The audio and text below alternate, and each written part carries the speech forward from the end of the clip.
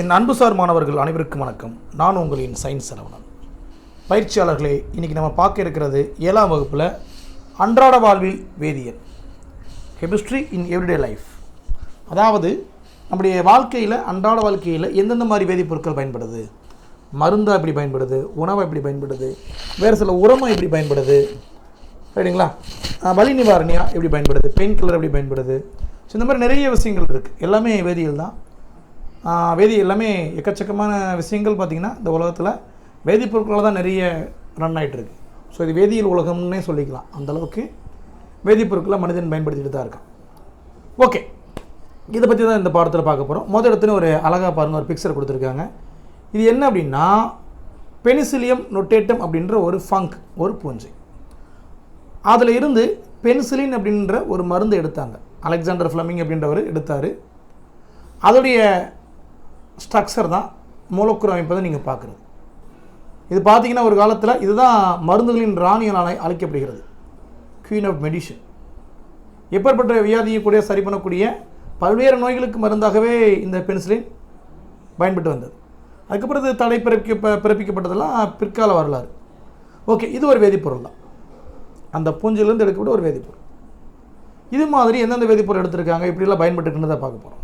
முதல்ல ஒரு அழகான ஸ்டோரி கொடுத்துருப்பாங்க பாருங்கள். 1971 பங்களாதேஷில் விடுதலை போர் நடக்கிறப்ப நிறைய பேர் என்னவா போகிறாங்க அப்படின்னா, அகதிகளாக போகிறாங்க. அப்படி போகிறவங்க நிறைய பேர் பாதிக்கப்பட்டது காலரா நோயால் தான் பாதிக்கப்பட்டாங்க. அப்போ அவங்க இறப்பு விகிதம் மடமடமான அது அதிகரிக்குது. அப்போ சாதாரணமாக பார்த்தீங்கன்னா ஓஆர்எஸ், ஓரல் ரீஹைட்ரேஷன் சொல்யூஷன் அப்படின்ற வாய்வழி நீரேற்று கரைசலை கொடுத்து அந்த இறப்பு விகிதத்தை 50% வெறும் 3% குறைச்சதாக வரலாற்று செய்து உண்டு. அந்த வாய்மொழி நீரேற்று கரைசல் என்பது சாதாரண பார்த்திங்கன்னா குளுக்கோஸ் பவுடரும் சுகரும் சேர்ந்துருக்கக்கூடிய ஒரு விஷயந்தான். அதுவே சரி பண்ணியிருக்கு. அப்போ அது ஒரு வேதிப்பொருள், ரைட்டுங்களா? Right.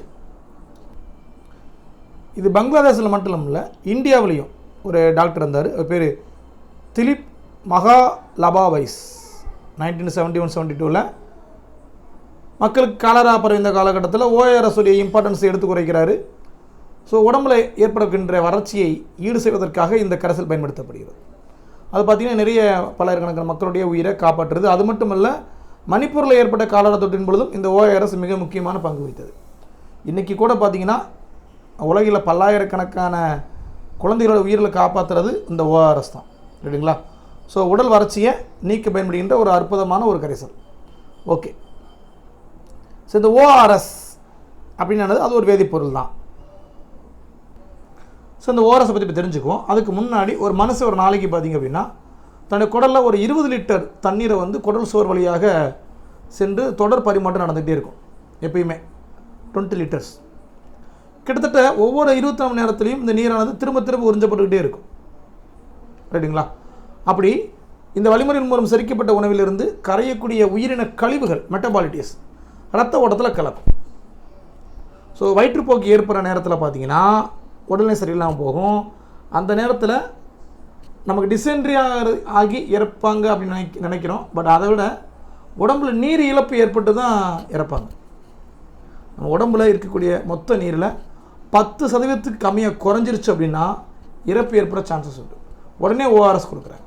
So ORS, so UNICEF விதி பிரகாரம் ஒரு ஓஆர்எஸ் எப்படி தயாரிக்கணும்னு கொடுத்துருக்காங்க பாருங்கள்.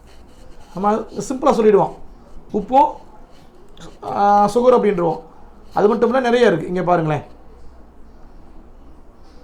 Sodium chloride 2.6 gram, glucose 13.5 gram. முதல் கிராம் கொடுத்துருக்காங்க, பக்கத்தில் பெர்சன்டேஜ் கொடுத்துருக்காங்க. அடுத்து potassium chloride 1.5, try sodium citrate 2.9, மொத்தம் 20.5 கிராம். இந்த வேதிப்பொருட்களை மொத்தம் ஒரு 4 விதமான வேதிப்பொருட்கள் எடுத்துக்கிறாங்க, ரைட்டுங்களா? அது ஒரு பெர்சன்டேஜ் கொடுத்துருக்காங்க. அதே மாதிரி வலது பக்கம் பாருங்கள், சோடியம் மட்டும் 75 litre, chloride 65 litre, glucose 75 litre, potassium 20 litre, citrate 10. So மொத்தம் 245. நமக்கு ஒரு சந்தேகம் வரும், என்ன சார் 75 லிட்டர் 65 லிட்டரா? 75 65 லிட்டர் கிடையாது, அது இந்த இடத்துல ஸ்பெல்லிங் மிஸ்டேக் இருக்குது, அதனால் அப்படி தப்பாக புரிஞ்சுக்கப்படுது. MnOl இல்லை, அது MmOl. அப்போ என்ன சார் அர்த்தம்னா மில்லி மோல்ஸ் பெர் லிட்டர், அதாவது ஒரு லிட்டருக்கு 75 மில்லி மோல், ஒரு லிட்டருக்கு 65 milli mole, glucose 75 milli mole. அது 75 லிட்டர் அப்படி தப்பாக புரிஞ்சுக்க வேண்டாம். ஏன்னா அது கொடுத்துருக்க விதத்தை வச்சு பார்க்குறப்ப அந்த மாதிரி பார்த்துட்டோம். அப்புறம் தான் யோசிக்கிற மாதிரி இருந்தது, எப்படி 75 லிட்டர் வரும். ஸோ தவறுல இருந்து கற்றுக்கிறது இயல்பு தானே. ஸோ மைண்டில் வச்சுக்கோங்க. இது எல்லாமே இது ஸ்பெல்லிங் மிஸ்டேக். இந்த யூனிட்டு மாற்றிக்கங்க, MOLன்னு போட்டுங்க. மில்லி மோல், ஒவ்வொரு லிட்டருக்கும் எத்தனை மில்லி மோல்னு கொடுத்துருக்காங்க. இது கிராம் கொடுத்துருக்காங்க, பெர் லிட்டர் கொடுத்துருக்காங்க. ஸோ சும்மா பார்த்து வச்சுங்க. ரொம்ப ரொம்ப முக்கியமான கேள்வியெல்லாம் கிடையாது, இருந்தாலும் பார்த்து வைங்க. சரி, இந்த ஓஆர்எஸ்ஸுடைய வேலை என்னென்னு பார்த்துட்டு அடுத்ததுக்கு போயிடலாம். ஓஆர்எஸ்ஸில் நிறைய டைம் செலவழிக்க வேண்டாம். நம்ம உடம்புல பார்த்திங்கன்னா சோடியம் அப்படின்ற ஒரு எலமெண்ட் இருக்குது. அதை நம்ம உடம்பு சரியாக அந்த ஃபங்க்ஷன் ஆகிறதுக்கு பயன்படும். மிக முக்கியமாக ஆஸ்மாசிஸ், சவ்வூடு பரவலுக்கு இந்த சோடியம் முக்கியம். இது என்ன சார் பண்ணும் அப்படின்னா, நீரானது சவ்வூடு பரவல் நிகழ்வின் மூலமாக நீரை உறிஞ்சக்கூடிய வேலையை பார்க்கும். அதாவது சோடியம் இருந்தால் மட்டும்தான் நீரானது நீரை உறிஞ்சும். அந்த குடல் வந்து குடல் சுவரில் போதிய உப்பு இல்லை அப்படின்னா நம்முடைய குடல் உறிஞ்சிகள் நீரை உறிஞ்ச முடியாது. அப்போ உடம்பு ட்ரை ஆகும். அப்போ செயற்கையான உப்பு நீர் கரைசலை கொடுக்கணும். அது கொடுத்து என்ன சார் ஆகும் அப்படின்னா, தண்ணீரும் சோடியமும் நேரடியாக ரத்த ஓட்டத்திற்கு மாற்றப்படுது. இன்னொன்று, உப்பு நீர் கரைசலை நீங்கள் வாய் வழியை எடுத்துக்கிறதுனால நீரையோ சோடியம் உப்பையோ அப்போ உறிஞ்சதுக்கு என்ன பண்ணுறாங்க அப்படின்னா, குளுக்கோஸோட உப்பை சேர்த்து கொடுக்குறாங்க. அப்படி கொடுத்தாங்க அப்படின்னா நீரும் உப்பும் குளுக்கோஸும் மூணுமே உடம்பு எடுத்துக்கும், உடனே உடம்பு சரியாயிடும். இதை கண்டுபிடிச்சவர் யாருன்னா திலீப் மகாலாப்பா பைஸ். ரைட்டுங்களா? ஓகேப்பா. பொதுவாக வயிற்றுப்போக்கில் இருக்கிறவங்களுக்கு இந்த ஓஆர்எஸ் கொடுத்தாலே 90 முதல் 95% அவங்களுக்கு தீர்வாக இருக்கும். ஓஆர்எஸ் கொடுத்தாலே சரியாயிடும். போதும், ரொம்ப அதிகம் வேண்டாம். அடுத்து ஆன்டாசிட், அமில நீக்கி, அமிலத்தை நீக்குவது. அமிலம் எங்கே இருக்குது? நம்முடைய வயிற்றில் பார்த்தீங்கன்னா ஒரு அமிலம் சுரக்கும் இரைப்பையில். அந்த அமிலத்துடைய பேர் ஹைட்ரோகுளோரிக் ஆசிட். அது பார்த்தீங்கன்னா டெய்லி 3 வேளைக்கு சுரக்க ஆரம்பிச்சிடும். அந்த 3 வேளை நீங்கள் சாப்பிட்டாகணும். சுரந்த உடனே பசி எடுக்கும், வயிறு பாட்டு லைட்டாக எரியிற மாதிரி இருக்கும். அந்த வயிறு எரிவதற்கு காரணம் இந்த ஹைட்ரோகுளோரிக் ஆசிட் தான். இந்த நேரத்தில் நீங்கள் சோறை உள்ளே போடணும். உள்ளே போட்டால் அந்த அமிலத்தில் என்ன ஆகும் அப்படின்னா, இந்த சோறு நல்லா பட்டு சிதவடைஞ்சு அதிலிருந்து நமக்கு தேவையான சத்துக்களை உடம்பு இந்த குடல்கள் உறிஞ்சி எடுத்துக்கும். ஒருவேளை நீங்கள் சாப்பிடலை அப்படின்னா இந்த அமிலம் என்ன பண்ணும்னா உங்களுடைய இரைப்பையை அரிக்க ஆரம்பிக்கும். அதுக்கு பேர் தான் குடற்புண், அல்சர் அப்படின்றது. இப்போ அதை நீக்கணும்னு என்ன பண்ணணும்னா அமிலத்தை நீக்கணும். அந்த அமிலத்தை நீக்கிறதுக்கு பயன்படுத்துகிற மாத்திரை தான் ஆன்டாசிட். ரொம்ப சிம்பிளாக சொல்லிட்டேன், புரியுங்களா? ஓகேப்பா. அந்த ஆன்டாசிட் என்னன்னு இங்கே கொடுத்துருக்காங்க பாருங்கள். ஆன்டாசினா மெக்னீசியம் ஹைட்ராக்சைடு கொண்டு போய் அந்த ஹைட்ரோகுளோரிக் ஆசிட் இட்டிங்கன்னா வயிற்றுக்குள்ளே ஹைட்ரோகுளோரிக் ஆசிட் இருக்குது. நீங்கள் எடுத்துக்கிற மருந்து மெக்னீசியம் ஹைட்ராக்சைடு. இதுக்கு இன்னொரு பேர் இருக்குது, மெக்னீசியம் பால்மம், மில்க் ஆஃப் மெக்னீசியம் அப்படின்வாங்க. இது உள்ளே போனால் என்ன ஆகும்னா மெக்னீசியம் குளோரைடாகவும் வாட்டராகவும் மாறிடும். அப்போ என்ன ஆகிடும்னா நடுநிலையாக்கல் செயல் நடக்கும். உங்களுக்கே தெரியும், ஒரு உப்பு, இது வந்து ஒரு உப்பு இல்லை மன்னிக்கும் காரம், இது வந்து ஒரு அமிலம். ஒரு அமிலமும் உப்பும் வினை புரிஞ்சால் என்ன நடக்கும்? கடைசி வகுப்பிலோட பார்த்தோம், நடுநிலையாக்கல் நடக்கும், நியூட்ரலைசேஷன் ரியாக்ஷன் நடக்கும். ஒரு அமிலமும் காரமும் சேர்ந்தால் ஒரு உப்பும் நீரும் உண்டாகும். ஸோ உப்பும் நீரும் உண்டாக அந்த வயிற்றில் இருக்கக்கூடிய அசிடிட்டி நீங்கிடும். அதுக்கு பயன்படுத்துகின்ற மாத்திரை ஆன்டாசிட். அதில் என்ன இருக்கும்னா மெக்னீசியம் ஹைட்ராக்சைடு இருக்கும். குழந்தைகள் பார்த்திங்கன்னா சின்ன குழந்தை அழுதுகிட்டே இருக்கும். அந்த குழந்தை எதுக்குன்னு அழுகிறாங்கன்னு இந்த இப்போ இருக்கக்கூடிய நவீன தாய்மார்களுக்கு தெரியாது. ஊரில் இருக்கிற வீட்டில் இருக்கக்கூடிய பாட்டிக்கிட்டே இருந்துச்சு என்ன பண்ணுவோம், சும்மா சீனி தண்ணி எடுத்து வாயில் வச்சுன்னு சரியாயிடும். சீனி தண்ணி என்பது ஏறக்குறைய பார்த்திங்கன்னா ஒரு பேஸ் மாதிரி தான். குழந்தை அழுதது அது வயிற்றில் சுரந்த அமிலம். அப்போ நடுநிலையாக்கல் பண்ணுறதுக்கு தான் அந்த பாட்டி என்ன பண்ணாங்க, சீனி தண்ணியை வாயில் ஊற்றுவாங்க. உடனே குழந்தை அழுக நிறுத்திடும். எல்லாமே சயின்ஸ் தான். நம்ம முன்னோர்கள் நமக்கு நிறைய சயின்ஸுன்னு சொல்லாமல் சொல்லி கொடுத்துட்டு போயிருக்காங்க. ஓகே, இப்போ பார்த்தது அமில நீக்கி. பொதுவாக பயன்படும் அமில நீக்கி எதுன்னு பாருங்கள், நிறைய இருக்குது. பொதுவாக காரப்பொருட்கள் எல்லாமே அமில நீக்கியை பயன்படும். Antacid, sodium bicarbonate, soda உப்பு அப்படின்வாங்க. அடுத்து calcium carbonate, magnesium hydroxide, magnesium carbonate, aluminium hydroxide, இது எல்லாமே ஆன்டாசிட் தான். நோட் பண்ணி வச்சுக்கோங்க. ஓகே, நம்ம அடுத்து பார்க்குறது ஆன்டிபயாட்டிக். ஆன்டாசிட் வேறு, ஆன்டிபயாட்டிக் வேறு. ஆன்டிபயாட்டிக் என்ன சார்? அதாவது நுண்ணுயிர் கொல்லியுடைய கண்டுபிடிப்பு. அதாவது நுண்ணுயிர்களை கொல்வதற்கான ஒரு கண்டுபிடிப்பு தான் ஆன்டிபயாட்டிக். புரியலையே சார். 1928 அலெக்சாண்டர் ஃப்ளெமிங் அப்படின்றவர் என்ன பண்ணார் அப்படின்னா, அந்த நம்ம இந்த பாடம் ஆரம்பிக்கிறப்ப ஒரு படம் பார்த்தோம் இல்லையா, எடுத்த உடனே ஒரு பூஞ்சை பார்த்தோம், பெனிசிலின் நொட்டேட்டம் அப்படின்ற பூஞ்சை. அந்த பூஞ்சையிலேருந்து பெனிசிலின் அப்படின்ற மருந்து எடுக்கிறாங்கன்னு பார்த்தோம் பார்த்தீங்களா. அந்த மருந்து ஆன்டிபயோட்டிக் தான். முதலாக ஆன்டிபயோட்டிக் எடுத்தவர் யாருன்னு பார்த்தீங்கன்னா அது அலெக்சாண்டர் ஃப்ளெமிங் தான். என்ன பண்ணார் அப்படின்னு பார்த்தீங்கன்னா, நிமோனியா மற்றும் தொண்டை வலி, த்ரோட் பெயினுக்கும் நிமோனியாவுக்கும் மற்றும் பல நோய்களுக்கு காரணமாக இருக்கக்கூடிய ஸ்டெபலோகாக்கஸ் அப்படின்ற பாக்டீரியாவை அதோடைய கல்ச்சர், பாக்டீரியல் கல்ச்சர், பாக்டீரியா வளர்கிறதுல இந்த ஆராய்ச்சியில் மேற்கொண்டு ஓகே. இப்போ அவர் வந்து ஆராய்ச்சி பண்ணிவிட்டு என்ன பண்ணுறாரு, வீட்டுக்கு போயிடுறாரு. ரொம்ப நாள் கழிச்சு வராரு. அவர் இப்போ ஆராய்ச்சி பண்ணது பாக்டீரியா வளர்தளத்தில். அப்போ கண்டிப்பாக பார்த்தீங்க அப்படின்னா பாக்டீரியானாலே நோய் உண்டாக்கக்கூடியது. ஆனால் கொஞ்ச நாளுக்கு அப்புறம் வர்றப்ப அதில் பூஞ்சி உருவாயிருந்துச்சு. பாக்டீரியாவை மீறி பூஞ்சி உருவாயிருந்துச்சு, ஃபங் ஃபார்ம் ஆயிருந்துச்சு சின்ன ரொட்டி வடிவில். அப்போ இவர் ஒரு முடிவுக்கு வர்றாரு. அதாவது அவர் நுண்ணோக்கியில் பார்க்குறப்ப எந்த ஒரு பாக்டீரியா வளரவே இல்லை. அப்போ இந்த பூஞ்சைகளுக்கு பாக்டீரியாவுடைய வளர்ச்சியை தடுக்கக்கூடிய சக்தி இருக்குது அப்படின்னு கண்டுபிடிச்சார். அது மட்டும் தன் சோதனையில் ஸ்டெப்டோகாக்கஸ், மெனிங்கோகாக்கஸ், டிப்திரியா, பேசிலஸ் அப்படின்ற பரவலான தீங்கு விளைவிக்கக்கூடிய பாக்டீரியாக்களை இதில் ஈடுபடுத்தி பார்க்குறாரு. இறுதியில் அந்த பூஞ்சையிலிருந்து பெனிசிலின் நொட்டேட்டம் அப்படின்ற அந்த பூஞ்சையானது பாக்டீரியாக்களை அழிக்கிறது அப்படின்ற ஒரு முடிவுக்கு வராரு. அப்போ தான் முதலாக ஒரு ஆன்டிபயோட்டிக் மெடிசனை கிரியேட் பண்ணுறாரு. அதுக்கு பேர் பெனிசிலின். அந்த மருந்து தான் மருந்துகளின் ராணி அப்படின்றாங்க. இதை பார்த்தீங்கன்னா ஆரம்ப காலத்தில் ஏற்பட்ட போர்களுக்கு மருந்தாக இதை பயன்படுத்தினாங்க. அதாவது பாதிக்கப்பட்ட காயங்களுக்கு என்ன பண்ணுவாங்கன்னா, ரொட்டி பூஞ்சை என்ன பண்ணுவாங்கன்னா அதை பயன்படுத்தினா சரியாயிருது. ஏன்னா அதில் நுண்கிருமிகள் வளராது, காயம் குணமடையக்கூடிய வேகம் அதிகமாக இருக்கும். ரைட்டுங்களா? ஓகேப்பா. அப்புறம் செகண்ட் வேர்ல்டு வார் வருது. அப்போ பார்த்தீங்கன்னா எக்கச்சக்கமான வீரர்கள், காயமடைந்த வீரர்களுக்கு அவங்களுடைய மறுபிறவிக்கே இந்த பென்சிலின் ரொம்ப ரொம்ப பயன்பட்டது. முடிவுகள் ரொம்ப ரொம்ப வியப்பாக இருந்தது. ரைட்டுங்களா? ஓகே. முதலாம் உலகப் போரில் பாக்டீரியாவில் ஏற்படுத்தக்கூடிய நிமோனியா அப்படின்ற தொற்று, முதல் உலகப் போரில் சண்டை போட்டு செத்தவனை விட இந்த பாக்டீரியாவில் வந்த நிமோனியா காய்ச்சல் இருக்குது பார்த்தீங்களா, இதில் இறந்து போனது வந்து அதிகம். அந்த இறப்பு 18% அதிகமாக இருந்தது. அதை 2ஆம் வேர்ல்டு வாரில் 1% ஆக்குனது இந்த அலெக்சாண்டர் ஃப்ளெமிங் தான். ரைட்டுங்களா? ஓகேப்பா. அப்போ ஆன்டிபயோட்டிக் பார்த்திங்கன்னா நம்ம உடம்புல ஏற்படக்கூடிய மருந்துகளை தடுக்கக்கூடியது. ஓகே. இப்போ ரீசெண்டாக, அதாவது இப்போ நவீனத்தில் எந்த மாதிரி ஆன்டிபயோட்டிக்கள் உருவாக்கப்படுது அப்படின்னா இந்த 2 நோட் பண்ணிக்கப்பா. குளோரோபினிகால், இன்னொன்று டெட்ராசைக்ளின். இதெல்லாம் புதிய வகை ஆன்டிபயோட்டிக்கள். இதை தவிர்த்து செயற்கை முறையில் பல ஆன்டிபயோட்டிக்களை நாம் உருவாக்க முடியும். எந்த மாதிரி சார்? இங்கே பாருங்கள்.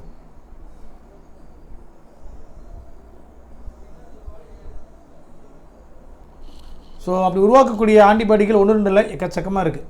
நிறைய நம்முடைய மருத்துவ உலகில் இருக்குது. ஓகே. இதனால் நிறைய நமக்கு இறப்பு வீதங்களும் தொற்று நோய்களும் கம்யூனிகல் டிசீஸும் குறைஞ்சிருக்கு. என்னென்னா இந்த நுண்ணுயிர் எதிர்ப்புகளை நம்ம அதிகமாக பயன்படுத்தலாமானா கூடாது. அதிகமாக பயன்படுத்த என்ன ஆகும்னா நம்ம உடம்புக்கு நோய் எதிர்ப்பு சக்தி இல்லாமல் போயிடும். எல்லாத்துக்குமே மருந்து சாப்பிட்ற மாதிரி வரும். நம்முடைய ஊரை சொல்லுவாங்க, அப்படியே எடுக்கிறது எல்லாத்தையும் மருந்து மாத்திரை சாப்பிடக்கூடாதா, உடம்புல பலம் போயிடுவாங்க. அதுக்கு இதுதான் மீனிங். ஸோ நம்ம நெடுங்காலத்திற்கு ஆன்டிபயோட்டிக் எடுத்தீங்க அப்படின்னா நுண்ணுயிர்களை எதிர்க்கக்கூடிய செயல்பாடு நம்ம குறைஞ்சி போயிடும். அப்புறம் என்ன ஆகும், இன்னும் கொஞ்சம் வீரியம் அதிகமாக கொண்ட மருந்துகளை உட்கொள்ள நேரிடும். அப்படி சாப்பிட்டோம்னா நிறைய சைடு எஃபெக்ட் வர்றதுக்கு சான்சஸ் இருக்குது. நல்லா கேட்டுங்க. இவ்வளோ சரி பண்ணது இல்லையா இந்த ஆன்டிபயோட்டிக். ஆனால் சளி மற்றும் புழு போன்ற நோய்களை, புழுனா ப்ளூ, FLU, புழு காய்ச்சல் போன்ற நோய்களை ஏற்படுத்துகின்ற வைரஸுகளுக்கு இந்த ஆன்டிபயோட்டிக் மெடிசின் வேலை செய்யாது. சளி பிடிச்சி பாருங்கள், நீங்கள் என்ன தான் நீங்கள் மருந்து மாத்திரை ஊசி போட்டால் கூட ஒரு 3-4 நாள் நம்மளை ஒரு ஆட்டி தான் போகும். குறைஞ்சது ரொம்ப க்யூராக எனக்கு சரியானோம்னா 7 days, 7 நாளுக்கு அப்புறம் சரியாகும். எந்த ஆன்டிபயோட்டிக் எடுத்தாலும் அது செட் ஆகாது. ரைட்டுங்களா? ஸோ ஆன்டிபயோட்டிக் பற்றி பேசிக் தெரிஞ்சுக்கிட்டீங்க. அடுத்த மாதிரி என்ன பார்க்க போகிறோம் பார்த்தீங்கன்னா, வலி நிவாரணி, அனல்ஜெசிஸ் அப்படின்வாங்க, பெயின் கில்லர் அப்படின்வாங்க, வலி நிவாரணி. இது வந்து பல்வேறு தேவைகளுக்காக பயன்படுத்துகிறாங்க. ஒரு இடத்துல ஒரு ஆப்ரேஷன் பண்ணணும், அப்போ பெயின் கில்லரை பயன்படுத்துவாங்க. அப்புறம் கழுத்து வலி, முதுகு வலி, மூட்டு வலி, தலைவலி, நரம்பு வலி, இந்த மாதிரி பல்வேறு வலிகளுக்கு நம்ம பெயின் கில்லரை பயன்படுத்துகிறோம். காரணம் என்னன்னா, இதில் தூக்கம் வராது, அதுக்காக பயன்படுத்திகிட்டு இருக்கோம். அது மாதிரி திடீர்னு தீப்புண் ஏற்பட்டிருக்கும், வலி தாங்க முடியாமல் கதறிட்டு இருப்பாங்க. அப்போ இந்த மாதிரி அனால்ஜிசிஸை என்ன பண்ணலாம், பயன்படுத்தலாம். ரைட்டுங்களா? ஓகேப்பா.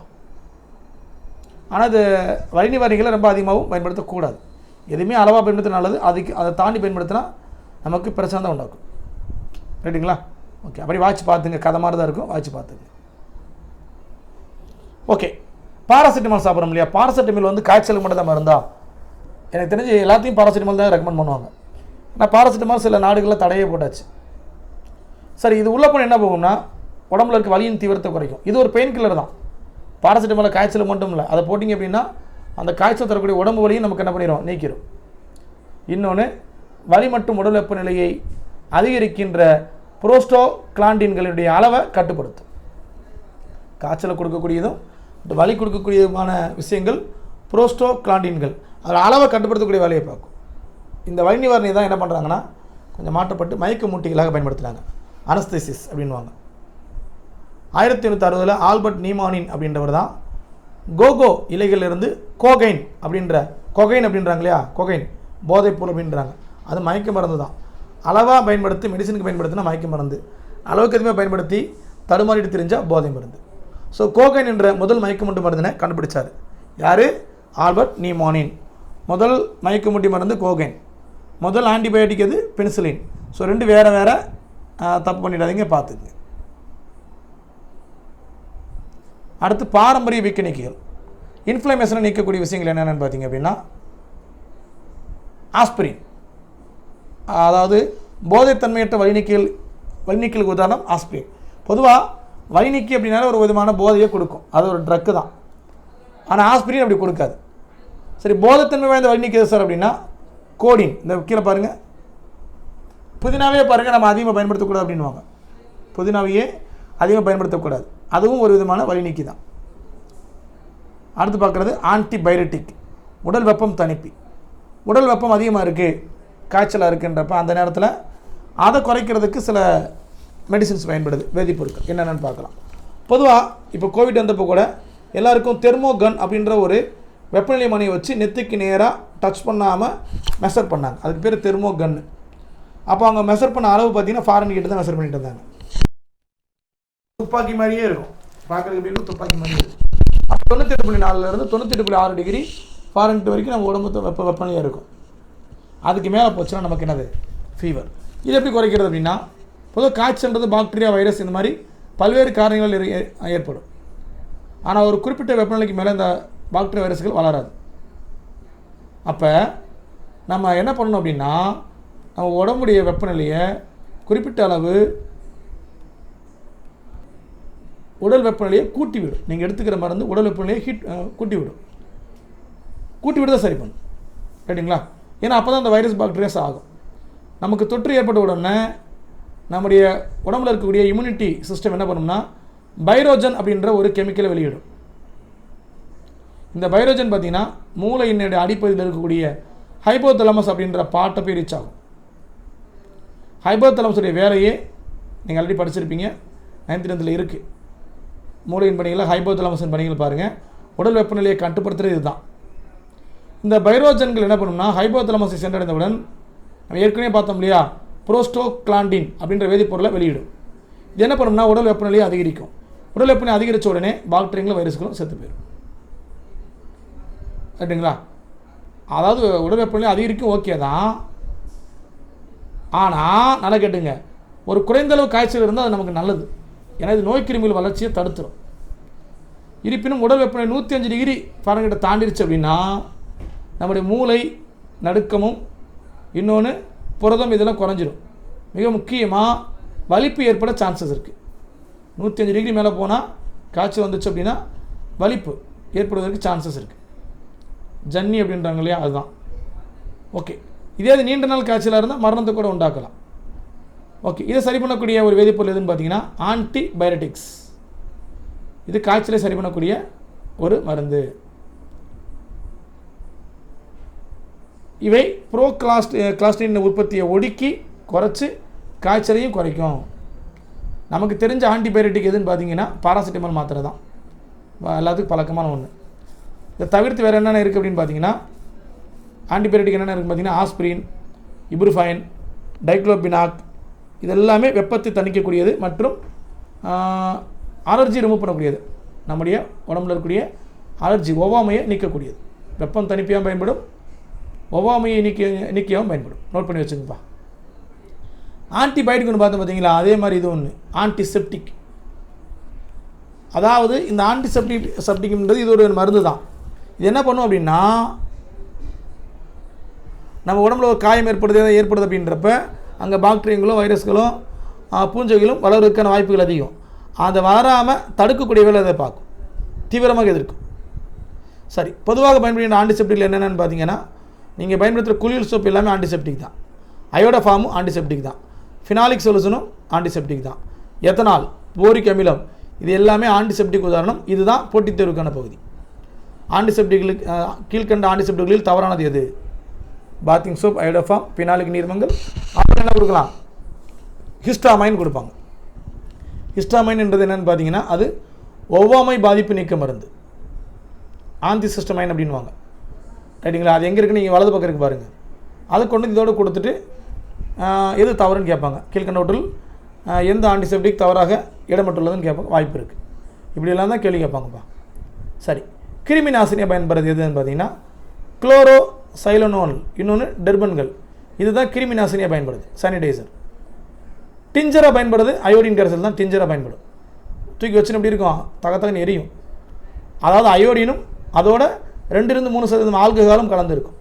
அது ஆல்கஹால் கலந்துருக்கு, ட்ரிங்க்ஸ் ஊற்றி குடித்தோம்னா அவ்வளோதான். நம்மளை தூக்கி அப்படியே டிஞ்சர் வச்சிங்க அப்படின்னா, டிஞ்சரை குடிச்சிங்கன்னா நமக்கு ஸ்ட்ரெச்சர் தான்.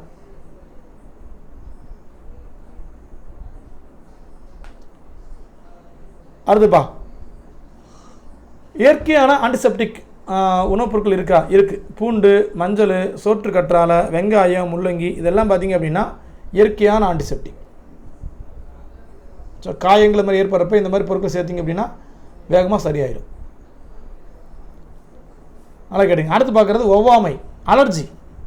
கைகள் அங்கே அலர்ஜி இருக்கும் இல்லையா, அந்த அலர்ஜியை நீக்குவதுக்கு எது பயன்படுதுன்னா இந்த ஆன்டிஸ்தமைன். ஆன்டிஸ்தமைன் என்ன சார் அப்படின்னா, நல்லா கவனிங்க. சில பேருக்கு ஹில்ஸுக்கு டூர் போயிட்டு இந்த மலர்கள் இருக்கக்கூடிய மலர் பூந்தோட்டங்கள் உள்ளே போனாங்கன்னா உடனே சளி பிடிக்கும்.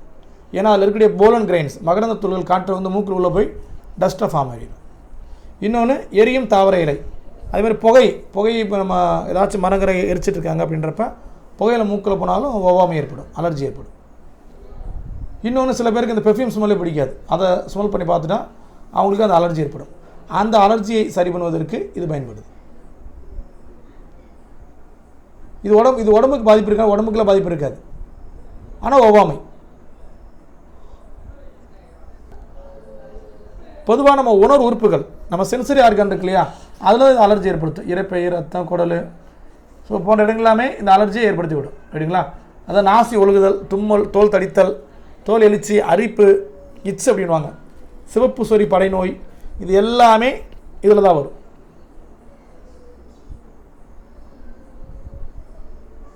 சரி, இது எந்த மாதிரி அலர்ஜி என்ன சார் பண்ணும் அப்படின்னா, வாயை வறட்சி ஆக்கி விடும், தூக்கம் வரவிடாது. ரைட்டுங்களா? ஓகே.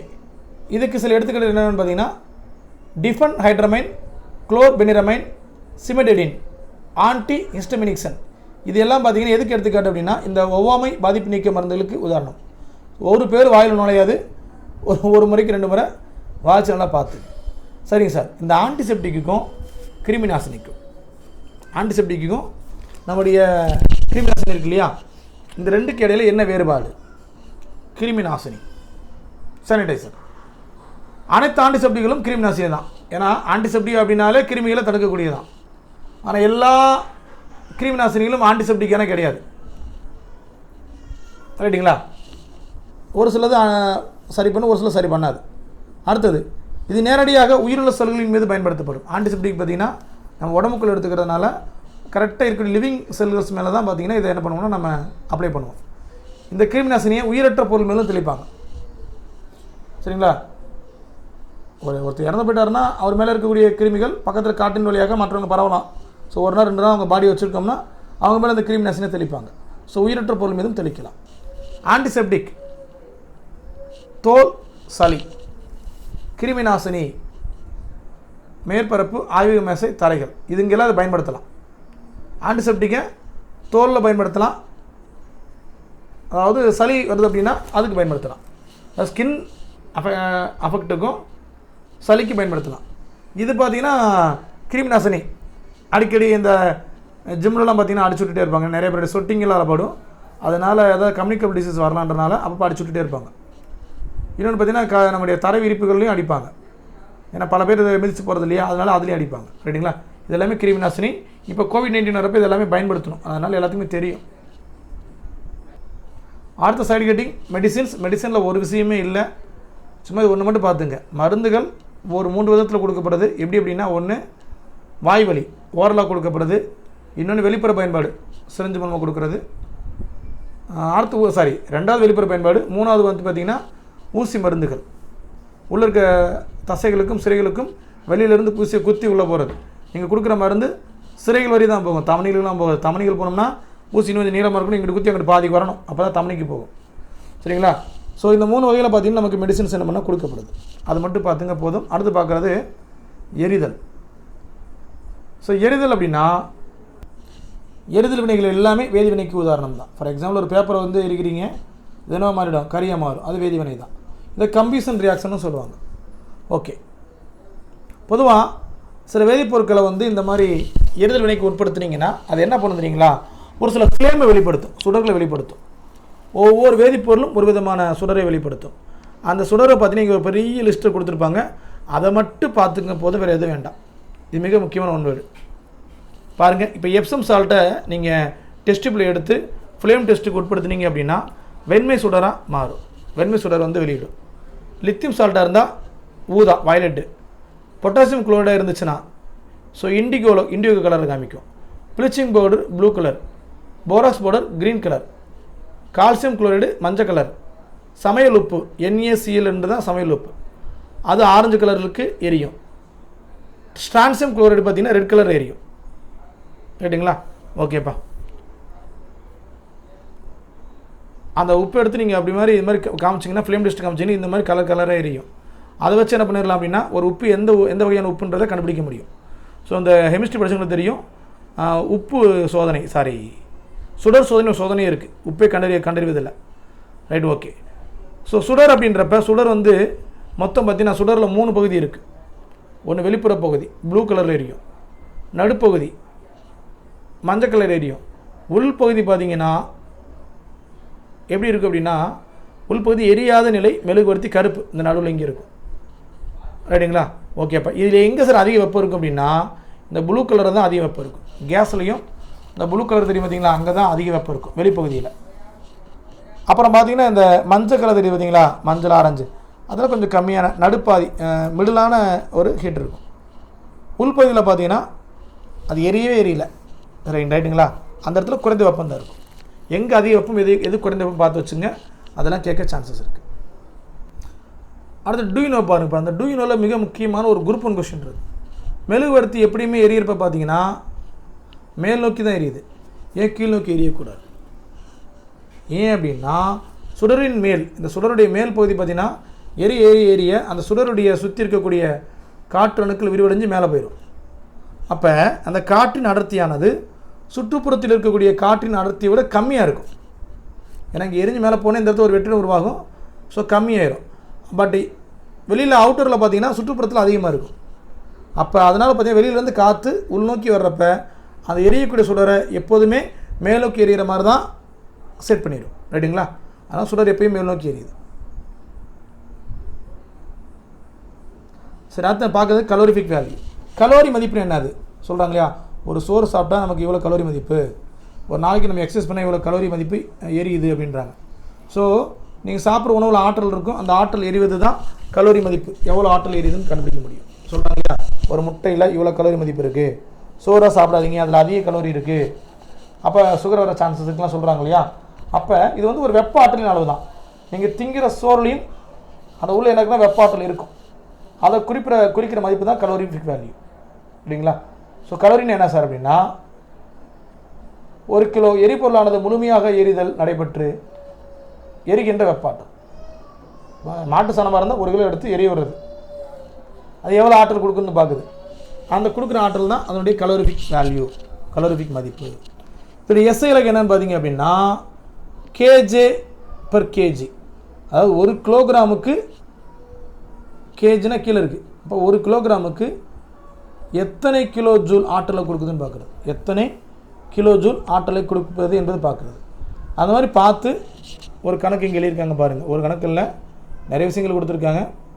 இங்கே ஒரு கணக்கு இடது பக்கம் இருக்குது பாருங்கள்.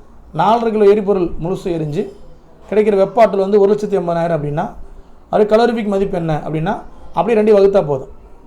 எங்கள் 1,80,000 4.5 வகுத்திங்க அப்படின்னா என்ன கிடைக்கும்? 40,000 கேஜே பெர் கேஜி.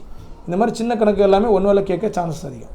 சரி, இந்த மாதிரி ஒவ்வொரு பொருளையும் ஒரு கிலோகிராம் எடுத்து எரிய விட்டு அதில் எவ்வளோ வெப்ப ஆற்றல், எவ்வளோ கலோரிஃபிக் மதிப்பு இருக்குன்னு லிஸ்ட் அவுட் பண்ணியிருக்காங்க. மாட்டு சாணம் பாருங்கள் 6 to 8,000, மார்க்கெட்டை 17,000 to 22,000, நிலக்கரி 25 to 33,000, பெட்ரோல் 45, மண்ணெண்ணெய் 45, ஒரே மாதிரி இருக்குது. டீசல் இந்த 4,50,000 கொடுத்துருக்காங்க இல்லையா, அது தப்புப்பா, மாற்றிக்கிங்க. அதுவும் என்ன தான் 45,000 தான். மீத்தேனு அது 50,000 தான்ப்பா. மீத்தேன் வந்து 50,000 தான், ஒரு 0 எக்ஸ்ட்ரா போட்டாங்க. சிஎன்ஜி 50,000 தான். எல்பிஜி 50,000 தான். பயோகேஸ் மட்டும்தான் பார்த்தீங்கன்னா 35,000 40,000. அப்போ எது சார் அதிகம்னா இருக்கிறதுலையே ஹைட்ரஜன் தான் அதிகம், 1.5 லட்சம், 1,50,000. அதனால தான் ரெண்டுமே தப்புன்னு சொன்னேன், ஏன்னா ஒவ்வொரு 0 கூடி போச்சு. ஸோ ஹைட்ரஜன் பார்த்தீங்கன்னா 1,50,000 தான். டவுட்டாக இருந்தால் நெட்டில் போட்டு பார்த்துங்க. பல பேர் பழைய புக்கு படிச்சுருப்பீங்க, இது தப்பாக இருக்குது, மாற்றிடுங்க. ஒரு 0 வராது, டீசல்லையும் மீத்தன்லையும் வராது. இருக்கிறதுல ஹைட்ரஜன் தான் அதிகம், அது 1.5 லட்சம். இதில் ஒன்றோடு கேட்பாங்களா சார்? கேட்பாங்க. எப்படி கேட்பாங்க தெரியுங்களா? கீழ்கண்ட எரிபொருட்களை அதன் கலோரிஃபிக் மதிப்பின் அடிப்படையில் ஏறுவரிசைப்படுத்துக, இறங்கு வரிசைப்படுத்துக. அசெண்டிங் ஆர்டர்லையும் டிசெண்டிங் ஆர்டர்லையும் இந்த கலோரிஃபிக் வேல்யூ கொடுத்துட்டு 4 பொருளை கொடுத்துட்டு என் மதிப்பே கொடுக்காம 4 பொருள் மட்டும் கொடுத்துட்டு ஏறுவரிசைப்படுத்துக்குன்னுவாங்க. அப்போ பொருளை வச்சு நீங்களே கெஸ் பண்ணணும். அப்போ இந்த ஆர்டரை கரெக்டாக வச்சுக்கணும். ஒரு 4 முறை வாட்ச் பார்த்தீங்கன்னா இந்த ஆர்டர் மறக்காது. ஸோ இந்த தப்பாக இருக்கிறனால இந்த ஆர்டரே மாறி போக சான்சஸ் இருக்குது. அதனால தான் சொல்கிறேன், அந்த 2 0வையும் எடுத்து விட்டுருங்க. சரி, ஓகே. இவ்வளோ மாதிரி இந்த மாதிரி எரிபொருள் இருக்கிறதுனால என்னாகும்? கண்டிப்பாக சுற்றுச்சூழல் பாதிப்பு ஏற்படும், சுவாச பிரச்சனை ஏற்படும். ஏன்னா கார்பன் மோனாக்சைடுனால. CO2 global heating, global warming அப்படின்வாங்க, உலக வெப்பமயமாதல் ஏற்படும். அதனால் என்ன ஏற்படும்? அமிலமலை பொரியும். அமிலமலைனா சில வேதிப்பொருட்கள் அந்த மேகத்தோடு கலந்து நீரோடு கலந்து கீழே பொழியும். ஸோ மண்ணுடைய வளம் பாதிக்கப்படும். என்னென்ன அதில் வேதிப்பொருட்கள் இருக்குது அப்படின்னா sulphur di oxide, nitrogen di oxide. இதுதான் அமிலமலைக்கு காரணமான வாயுக்கள். மிக முக்கியமான ஒன்வேர்டு, நோட் பண்ணிங்க. இதுக்கு என்ன சார் தீர்வுகள்? ஒரே தீர்வு தான். அப்படியே கட் பண்ணிவிட்டு எலக்ட்ரிக் வண்டிக்கு போகணும். அது எந்த அளவுக்கு சாத்தியம்ன்றது தெரியல. இல்லை அப்படின்னா ஹைட்ரஜன் தான் மிகச்சிறந்த மாற்று எரிபொருள். அதை வந்து நம்முடைய டே டு லைஃப்பில் கொண்டு வரதுக்கு எல்லா ஆராய்ச்சிகளும் நடந்துகிட்டு தான் இருக்குது. சீக்கிரத்தில் பயன்பாட்டுக்கு வருவதற்கு அதிகமான வாய்ப்புகள் இருக்குது. அடுத்து எரிதல் இருக்க வகைகள். ஒன்று வேகமாக எரிகிறது, இன்னொன்று தானாக எரிகிறது, இன்னொன்று மெதுவாக எரிகிறது. வேகமாக எரிகிறது எதுன்னு பார்த்தீங்கன்னா நம்ம வீட்டில் பயன்படுத்துகின்ற எல்பிஜி அப்படின்னா லிக்விஃபைடு பெட்ரோலியம் கேஸ், நீர்மமாக்கப்பட்ட பெட்ரோலிய வாயு. இது வேகமாக எரியும். தன்னிச்சையான எரிப்பு என்பது பாஸ்பரஸை நீங்கள் வெளியில் கையில் நீட்டிங்கன்னா அரையப்பு நிலையில் கையில் வச்சுருப்பீங்க இல்லையா, அப்படி எரிய ஆரம்பிச்சிடும் பாஸ்பரஸ். ரைட்டுங்களா? ஓகேப்பா. பாஸ்பரஸ் தானாகவே எரியும். அடுத்து மெதுவாக எரிகிறது அப்படின்னா நம்ம சுவாசிக்கிற காற்று உள்ளே போய் உள்ளே இருக்கக்கூடிய உணவு என்ன பண்ணும்? எரிக்கும். அதனால தான் நமக்கு ஆற்றல் கிடைக்குது. அதனால தான் நான் பேசிக்கிட்டு இருக்கேன், நீங்கள் பாடத்தை கவனிச்சுட்டு இருக்கீங்க. அதுவே ஒரு மெதுவாக எரிதல் உதாரணத்துக்கு வினைக்கு ஒரு உதாரணம் தான். ரைட்டுங்களா? மொத்தம் 3 பார்த்துருக்கோம். ஒன்று வேகமாக எரியக்கூடியது கம்பியூஷன், இன்னொன்று ஆட்டோமேட்டிக் கம்பியூஷன், இன்னொன்று ஸ்லோ கம்பியூஷன். கம்பியூஷன்னாலும் எரிதல் தான். ஓகே. ஒரு பொருள் நல்ல எரிபொருள் நம்ம எப்படி கண்டுபிடிக்கிறது? ஈஸியாக கிடைக்கணும், லோ காஸ்ட்டாக இருக்கணும், ஈஸியாக எங்கேயும் எடுத்துகிட்டு போகிற மாதிரி இருக்கணும். இன்னொன்று மிதமான வேகத்தில் வேகாமல் எரிஞ்சு டக்குன்னு தீர்ந்துடக்கூடாது. மிதமான வேகத்தில் நின்று எரியணும். நின்று ஆடுறாண்டா அப்படின்வாங்க இல்லையா, ஸோ நின்று எரியணும். அடுத்து அதிக அளவு வெப்பாட்டலை கொடுக்கணும். கம்மியான எரிபொருள் எடுத்தாலும் அதிக அளவு வெப்பாட்டலை கொடுக்கணும். அதே மாதிரி நமக்கு என்விரான்மெண்ட்டுக்கு எந்த ஒரு பாதிப்பு ஏற்படுத்திடக்கூடாது. விரும்பத்தகாத எந்த ஒரு பொருளையும் வெளியிடக்கூடாது. இப்படிலாம் இருந்துச்சுன்னா அது ஒரு நல்ல எரிபொருள். இது மிக முக்கியமான ஸ்டேட்மெண்ட் கொஸ்டின். அதாவது எது வந்து ஒரு குட் ஃபியூவல் அப்படின்னு முடிவுக்கு வரலாம். ஒரு நல்ல எரிபொருளினுடைய பண்புகளில் தவறானது எது, சரியானது எது கேட்க சான்ஸ் இருக்குது. ஒரு பொருள் எரியணும்னா நமக்கு என்னென்ன தேவை அப்படின்னா கண்டிப்பாக ஒரு எரிபொருள் தேவை. அதோட என்ன தேவைன்னா ஆக்சிஜன் தேவை. ஆக்சிஜன் இருந்தால் மட்டும்தான் ஒரு எரிபொருள் எரியும், இல்லாட்டி எரியாது. ரைட்டுங்களா? ஓகேப்பா. அடுத்து தீயணைப்பான். தீயணைப்பான் fire extinguisher is very important one word. இதில் அதாவது ஒரு நெருப்பு ஏற்படுது, அதை அணைப்பது கட்டாயம். அப்படி அணைக்கப்படுகின்ற தீயணைப்பான், அந்த தீயணைக்க பயன்படுத்த தீயணைப்பான் பார்த்திங்க அப்படின்னா மொத்தம் 5 வகைப்படும். ஒன்று நீர்வகை தடுப்பான், நீர்வகை தீயணைப்பான். இன்னொன்று ஃபோம் நுரை. இன்னொன்று ட்ரை கெமிக்கல் பவுடர் உலர்ந்த துகள்கள், வேதி துகள்கள். இன்னொன்று கார்பன் டை ஆக்சைடு. இன்னொன்று லிக்விடு இதுப்பா, அதாவது லிக்விட் கெமிக்கல் நீர்ம ரசாயனங்கள். இந்த 5ம் பார்த்தீங்கன்னா தீயணைப்பானில் பயன்படும். இப்போ நீங்கள் படத்தில் பார்க்குறது CO2ன்னு போட்டிருப்பாங்க பாருங்கள். கார்பன் டை ஆக்சைடு தான் பார்த்தீங்கன்னா என்னவா பயன்படுது அப்படின்னா நெருப்பை அணைக்க பயன்படுது. ரைட்டுங்களா? மொத்தம் இந்த மாதிரி 5 வகையான தீயணைப்பான் வகைகள் இருக்குது. ரைட்டுங்களா? ஓகேப்பா. அதாவது தீயணைப்பானில் பயன்படுத்துகிற பொருட்களை பேஸ் பண்ணி தீயணைப்பானுக்குள்ளே அதில் 5 வகை பார்த்தோம்.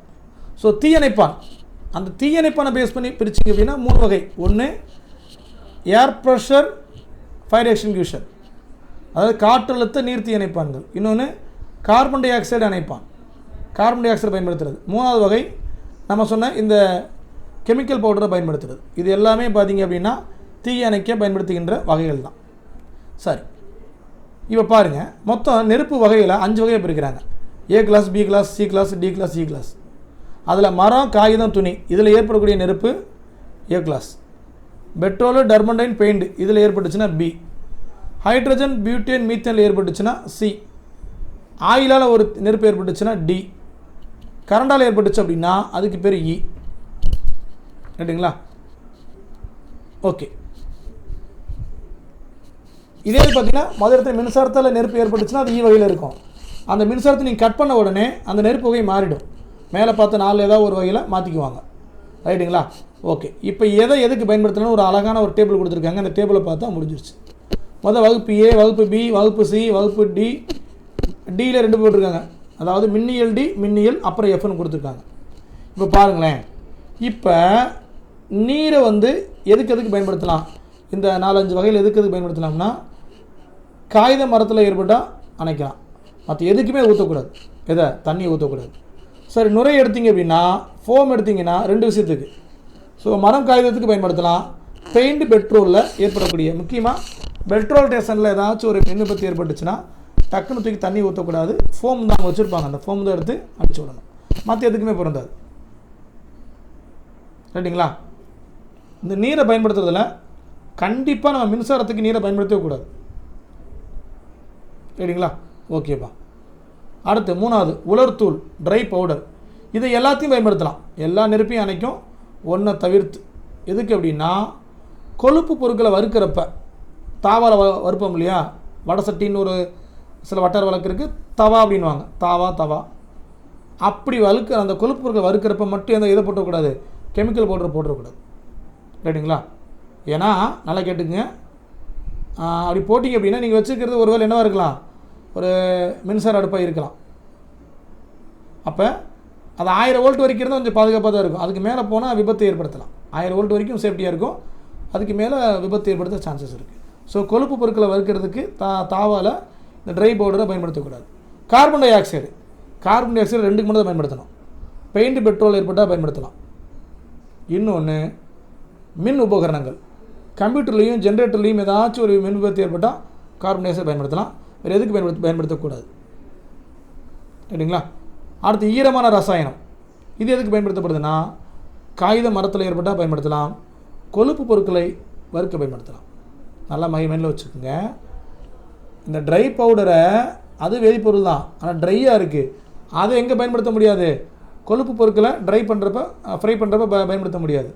அதே இது ஈரமாக இருந்துச்சுன்னா அந்த கெமிக்கல் பயன்படுத்தலாம். ஈரமாக இருந்தால் பயன்படுத்தலாம், ட்ரையாக இருந்தால் பயன்படுத்தக்கூடாது. ரைட்டுங்களா? ரொம்ப அற்புதமான சில ஒன்வேர்டுகளோட இந்த பாடத்தை பார்த்துருக்கோம். நல்லபடியாக படிங்க. தேங்க்யூ.